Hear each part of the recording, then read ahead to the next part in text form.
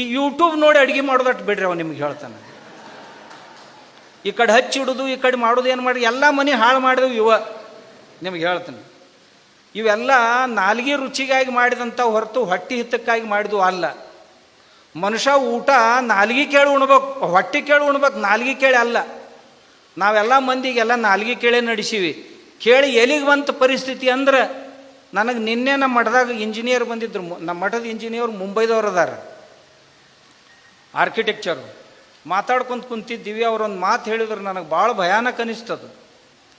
15 society ಕಟ್ಟಕತ್ತಾರ. ಒಂದು ಸೊಸೈಟಿಯಾಗಿ 200 flat ಅದಾವೆ. ಅವ್ರಿಗೆ ಆ ಬಿಲ್ಡರು ಮತ್ತು ಮೀಡಿಯೇಟ್ರ್ ಬ್ರೋಕರ್ ಇರ್ತಾರಲ್ಲ, ಅವರಿಬ್ಬರು ಕೂಡ ಹೇಳಿದ್ರಂತ, 200 ಮನೆಗಳ 15 ಸೊಸೈಟಿ ಏನದಾವು ಅಂದ್ರೆ 3000 ಫ್ಲ್ಯಾಟು, ಒಂದಕ್ಕೂ ಅಡಿಗೆ ಮನೆ ಇಲ್ಲ, ಕಿಚನ್ಲೆಸ್ ಫ್ಲ್ಯಾಟ್. ಇದು ಕನ್ಸೆಪ್ಟ್ ಬಂದೈತಿ ಈಗ ಶಹರದೊಳಗೆ. ಅವ್ರಂತಾರ ಅಡಿಗೆ ಮನೆ ಬ್ಯಾಡ ಮನ್ಯಾಗಂತ. ಎಲ್ಲಿ ತಿನ್ನೋದು? ಹೊಡಿ ಜೊಮ್ಯಾಟೊ.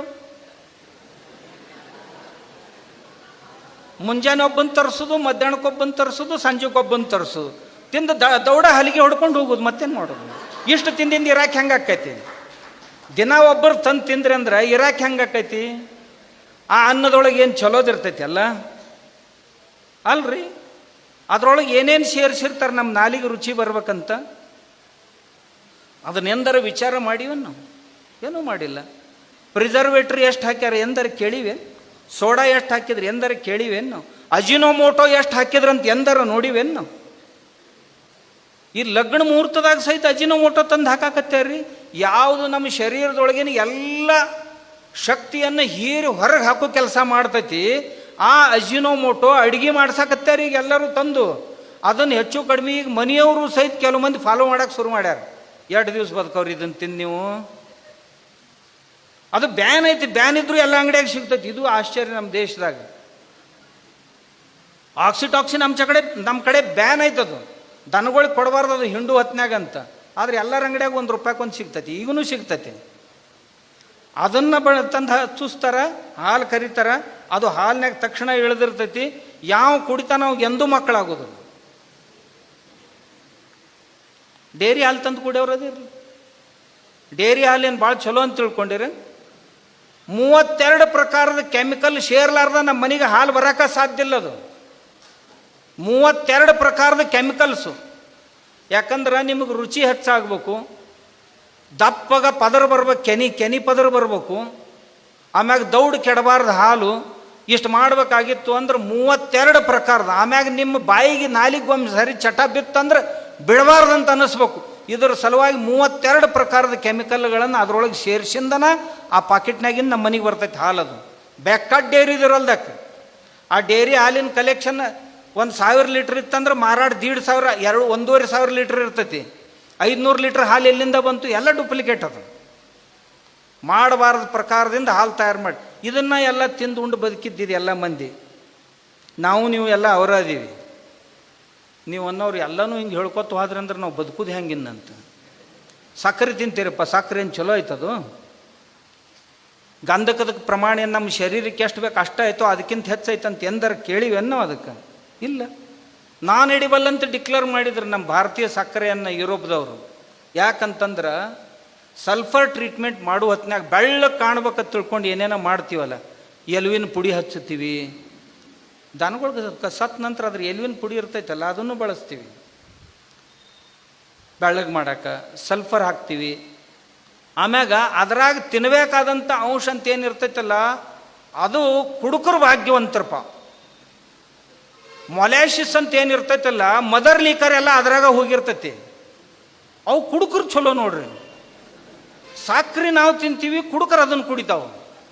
ಮತ್ತು ಬರೀ ಹಂಗೆ ಕೊಟ್ಟು ಕುಡ್ದಿದ್ರಂದ್ರೆ ಚಲೋ ಆಕಿತ್ತು. ಅದ್ರಾಗ ಏನು ಕೆಮಿಕಲ್ ಹಾಕ್ಯಾವಲ್ಲ ಅವು ಕುಡುಕರು ಶಂಕ ಹೊಡ್ಕೊತ ಹೋಗು. ಅವ್ಕರದ್ದು ಏನು ಬಾಳೆ ನೆಟ್ಟಿಗಿಲ್ಲ. ಪ್ರತಿಯೊಂದು ಪದಾರ್ಥ ತಗೋರಿ ನೀವು ಮಾರ್ಕೆಟ್ನೊಳಗೆ, ಯಾವ ಪದಾರ್ಥದಾಗ ಏನು ಸೇರಿಸಿಲ್ಲ. ಮುಂಜಾನೆ ಎದ್ದುಗಳೇನೋ ಶುರು ಮಾಡ್ರಪ್ಪ, ಚಹಾ ತಂದ್ರಿ. ಚಹಾ ಪೌಡ್ರ್ ಏನು ಪ್ಯೂರ್ ಐತಿ? ಇಲ್ಲ. ಚಹಾದ ಎಲೆ ಒಣಗಿಸಿ ಪುಡಿ ಮಾಡಿ ನಿಮಗೆ ಕೊಡ್ಬೇಕು. ಇದಕ್ಕೆ ಚಹಾ ಅಂತಾರೆ. ಅದು ಹಂಗಿಲ್ಲ. ಅದರೊಳಗೆ CTC ಕುಡಿಸಿದ್ರು, CTC ಡಸ್ಟ್ ಕುಡಿಸಿದ್ರು. CTC ಡಸ್ಟ್ ಅದರಲ್ಲೇ ತಯಾರು ಮಾಡಿವತ್ತು ಯಾರು ಒಬ್ಬರ ವಿಚಾರ ಮಾಡಿವನಿ ಇದ್ರೊಳಗೆ ಇಲ್ಲ, ಮಾಡೋದು ಇಲ್ಲ, ಅವಶ್ಯಕತೆನೂ ಅನಿಸಿಲ್ಲ ಯಾರಿಗೆ.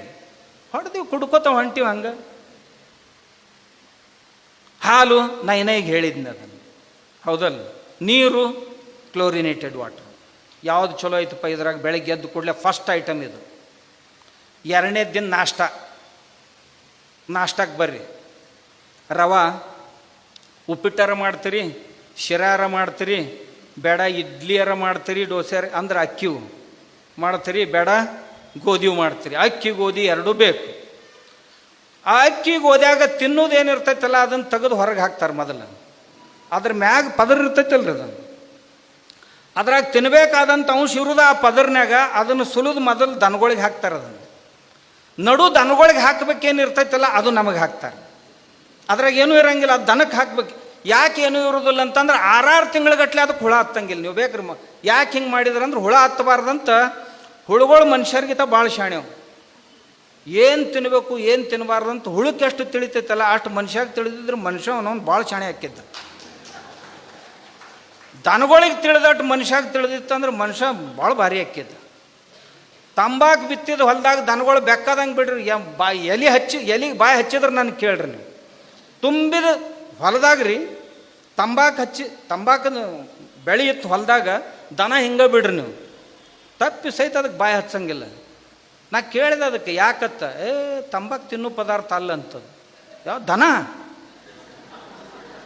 ತಿನ್ನೋ ಪದಾರ್ಥ ಅಲ್ಲ ಅಂತದು, ಹಂಗ ಸತ್ತು ಹೋದೇನು ಕರೆ, ಇದನ್ನು ತಿನ್ನೋದಿಲ್ಲ ಅಂತದು. ಇದಕ್ಕೆ ಯಾಕೆ ತಿಳಿಬಾರ್ದು? ಮತ್ತೆ ಮ್ಯಾಗ ಬರ್ದಾರ, tobacco chewing is injurious to the health, gutka chewing is injurious to ನೋಡ್ತೈತಿ ತಿಂತೈತಿ. ಯುರೋಪ್ದೊಳಗೆ ಹಾಲಿನ ಪ್ಯಾಕೆಟ್ ಮ್ಯಾಗ ಸಹಿತ ಬರೀದು ಕಂಪಲ್ಸರಿ ಮಾಡ್ಯಾರ. ಈ ಹಾಲು ಶರೀರಕ್ಕೆ ಅಪಾಯಕಾರಕ ಅಂತ. ಯಾವುವು? ಆ ಜರ್ಸಿ ಗ್ಯಾಂಗಿನು, ಅದು ಹಂದಿ ಮಾರಿ ಗ್ಯಾಂಗಿನ ಆಕಳುಗಳು ಅದಾವಲ್ಲ, ಅದರ ಹಾಲು 12 ರೋಗಗಳನ್ನು ನಿರ್ಮಾಣ ಮಾಡ್ತಾವು. ಅದಕ್ಕೆ ಆ ಹಾಲನ್ನು ಬಳಸುವವ್ರಿಗೆ ಅಲ್ಲಿ ಕಂಪಲ್ಸರಿ ಮಾಡ್ಯಾರ. ಆದ್ರೆ ನಮ್ಮ ದೇಶದಾಗ ಮಾಡಿಲ್ಲ. ನಮ್ಮ ದೇಶದಾಗ ಮನುಷ್ಯನ ಜೀವದಕ್ಕಿಂತ ಅಗ್ಗ ಮತ್ತೆ ಯಾವುದು ಇಲ್ಲ.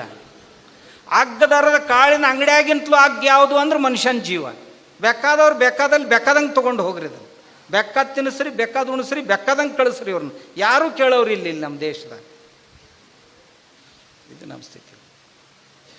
ಕಾಳುಗಳನ್ನು ತಿನ್ಬೇಕಾದ್ರೆ ಮ್ಯಾಲಿನ ತೆಗಿಬಾರ್ದು, ಸೊಪ್ಪಿ ಅದ್ರೊಳಗೆ ಸೇರಿಸ್ಬೇಕ್ರಿ. ಫೈಬರ್ ಇರೋದು ಅದ್ರಾಗ. ಹಣ್ಣು ಹಂಪಲುಗಳು ನಿಮ್ಗೆ ಹೇಳ್ತೀನಿ, ಹೊಡಿದು ಇಷ್ಟು ಔಷಧ ಹೊಡೆದು ತಯಾರು ಮಾಡ್ಯಾರ. ಮತ್ತು ತೊಳಿದೆಲ್ಲಿ ನೀವು ನೋಡಕ್ಕೆ ಹೋಗಿಲ್ಲ ಅಂತ ನಿಮ್ಗೆ ಗೊತ್ತಿಲ್ಲ.